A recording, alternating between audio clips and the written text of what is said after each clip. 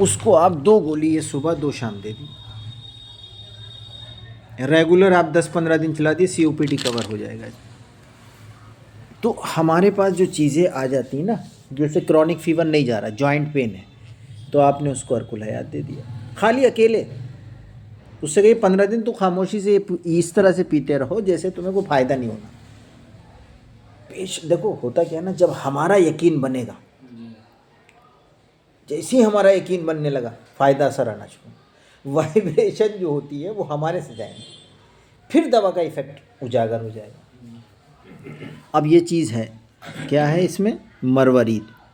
अब इस मरवरीद के इतने फ़ायदे हैं कि आपने कोई कैल्शियम की ज़रूरत नहीं पड़ी, विटामिन डी की ज़रूरत नहीं पड़ी, सर्द खुश्क चीज़ों में आपने मरवरीद स्टार्ट कर दिया, विटामिन डी का भी काम किया और आपके पास काम हो गया। अब आपने देखा हुम्मा जदीद, जहाँ भी सफरावी अर्थराइटिस है वहाँ आपने हुम्मा जदीद शुरू कर दिया।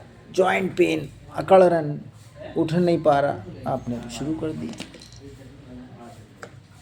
ये है फलासफ़ा, कोई भी पट्ठा, सर्वाइकल का चिल्ला रहा मरीज, मोमियाई के साथ फलासफ़ा चालू कर दो, उससे कहो 1 महीना खाते रहो, बोलना नहीं जाड़ो भर, वो पलट के नहीं आएगा, बार बार आपसे कहता रहेगा बस फलासफ़ा और मोमियाई भेज दो।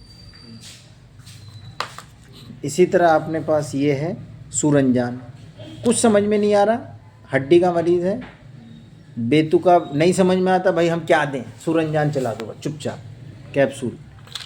अब पट्ठों में अकड़ाहट है, अजराकी। इस तरह से आपने अपना एक सिस्टम बना लिया। बहुत ज़्यादा रतूबत वाला है, अफजल चला दो, बलगमी अर्थराइटिस है, बलगम COPD है, आप अफजल चला दो। तो कहने का मतलब ये है कि हमारा जहन जो है वो धीरे धीरे यूनानी पर ऐसे ही आएगा।